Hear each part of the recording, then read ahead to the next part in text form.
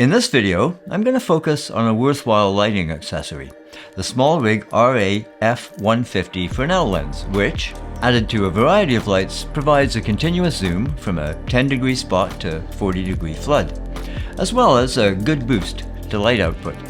It's a really affordable option, and I hope to demonstrate that when it comes to build quality and performance, this is a worthwhile product to consider.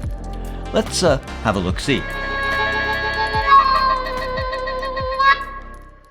Hi, Ray here with SmallRig's focusing Fresnel lens for LED monolights. A Fresnel lens, for the uninitiated, basically focuses and boosts a light source, which is why they're traditionally used in lighthouses. The name comes from inventor, French physicist Augustin Jean Fresnel. We also see Fresnel elements used in camera lenses, in Nikon's PF phase Fresnel lenses for instance. The RA-F150 comes out of the box with a nice padded zippered carrying case. This is a Bowens mount lens, so compatible with a wide variety of brands and models that use this common mounting system. The unit itself weighs just 1.5 kilos, 3.3 pounds, so this is a small rig in terms of weight, and it's pretty compact, measuring around 17.5 by 19 by 15 centimeters, 7 by 7.5 by 6 inches. It can be used with lights up to 600 watts, and it features an innovative triple cooling system with a heat sink at the base, heat dissipation holes all around the housing. But once the internal heat reaches 25 Celsius,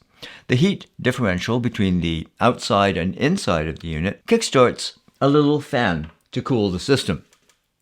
No batteries or other power source needed. And if I turn it on here, you can see, as noted, we get 10 degree to 40 degree beam, and the spot is controlled with a single knob, so it's easy to control with one hand. And we have a marked scale here that SmallRig says is precise. I'm not sure that matters to me really. I'm more likely just to eyeball my subject.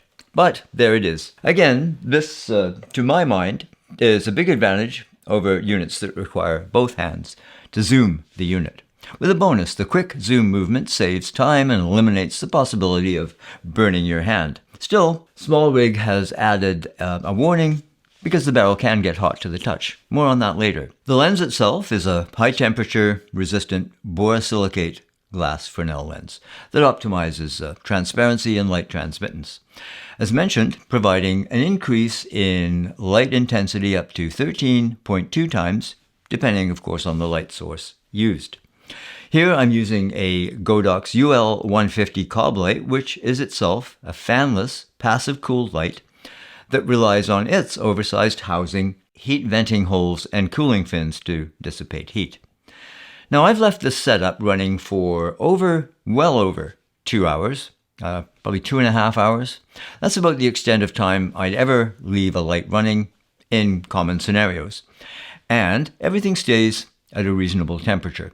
That is, I can touch the light housing and the RA-F150 without fearing a burn. Now, your mileage, of course, or temperature, I should say, will vary according to the light used. The size and weight savings are where I think this SmallRig unit, well, it shines. Certainly, I'd rather deal with something like this, on location especially, than a big 10-inch lens. I don't have the 8-leaf barn doors to further shape the light for this lens, but I'd certainly recommend that accessory, which SmallRig makes. They weren't available when SmallRig sent me this to test and review.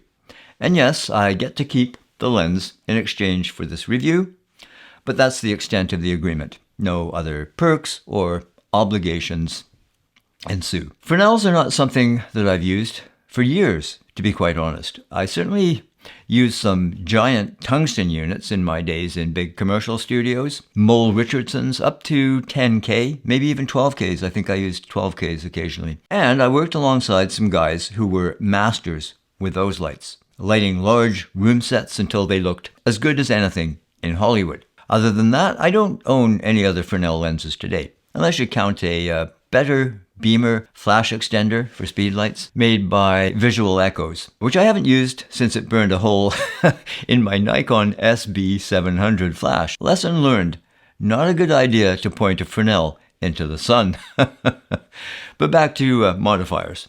Yeah, Barn doors, they're useful, if not essential. And Fresnels are perfect to use with cookies and flags for all kinds of different effects. Now you can use any number of tricks to create patterns, say on a background, to give interest to a portrait or interview. Turn this back on for a second. My 150 watt light isn't up to overpowering the sun, and I should say I've only got it on about 25% right now. But with boosts from this Fresnel, it can certainly add to a scene. As mentioned, this unit is usable with lights up to 600 watts. Without other similar lenses to compare, the beam looks pretty good to me. The important thing is that it can serve the purpose I'd use it for. Approximate sunlight through a window, projecting shapes with cookies, and reflecting light from various surfaces. Spotlighting the talent. So obviously, this is great for video production, even portrait shoots. It really opens the door to creative lighting effects. Of course, this isn't by itself the way to go if you're going for flattering flat lighting. This is more of a dramatic option, unless you diffuse or bounce it. There's all kinds of choices that you can make. I should note that when we say spot, at the narrow end of this lens, it's not really a spotlight, it's not quite focused enough. But if we compare it to, say, a 10-degree grid, the Fresnel at 10 degrees is definitely less diffuse at the edges. A great kicker, for sure. And it doesn't create weird sort of shapes within the lid area, like a reflector and a grid. I said this was a competitive price, and I really think at $119 US or $171.99 Canadian, it fits that, well, it fits the bill. It comes with a limited 2-year manufacturer warranty. I've used it now for a month or so, and I'm really quite happy with the performance. If I wanted to nitpick, I could say the carrying case is a tiny bit tight. The zoom control, that might be a little bit smoother, but I really don't think that that translates to any real functional deficit. A 6-inch lens has its limitations, but much will depend on the power of the light and how much room that you have to work with. I don't have a huge amount in here, but it's working very well. For my use case, this is probably as much as I'll ever need. Compare that to, say, Aperture's Monster F10, which weighs in at 6.4 kilos, 14 pounds. There's a few of these smaller Fresnels on the market, and they're not all created equal as far as design, build, quality, and perhaps most importantly, the light quality, color, etc. of the Fresnel itself. A more comparable unit, which I can only compare via online reviews, research, and specs, is Aperture's Fresnel 2x. It's priced the same as this SmallRig product. On an Aperture 120D, a light rated at 7,000 lux at 1 meter, they say with the 120D at the flood end, you get a boost up to 20,000 lux. Spot 46,000 lux at 1 meter. With the LS 120D2, 23,000 and 67,000. Without the Aperture product at hand, I can only compare specs from these companies and report them. So SmallRig claim, for instance, that using their Fresnel lens with the RC120D light, that's their light, and that's rated at 5,370 lux at 1 meter without the reflector, and 62,600 lux at 1 meter with the hyperreflector, and that results in an enhanced light output of 82,200 lux, presumably at the spot position. Other SmallRig light combos, less in terms of magnification, so 7.5 to 9.6 times. I'm going to have to take both companies at their word, since I don't have the Aperture lens to compare or measurement devices to check those claims. The Aperture 2x features a rear lens, which coupled with the Fresnel element they claim makes their 120D2 almost 10 times brighter than with the reflector. Again, I want to stress that I'm just taking numbers from the respective company specs. So, before we get too far into the weeds, the inverse square law, which I'm not going to apply here, that still holds.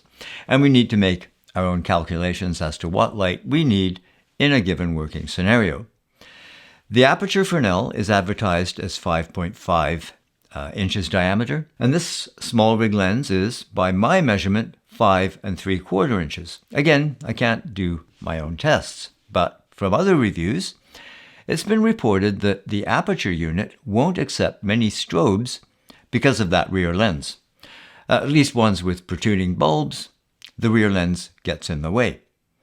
I recall there are other Fresnels that use this twin lens design. I have no problem using this RA-F150 with any of my Bowens Mount studio strobes, even ones with bulbs that protrude quite a bit. Bonus, at the end of the day, or even midday, what matters is a given product works for your use case. And this certainly fits my needs at the moment.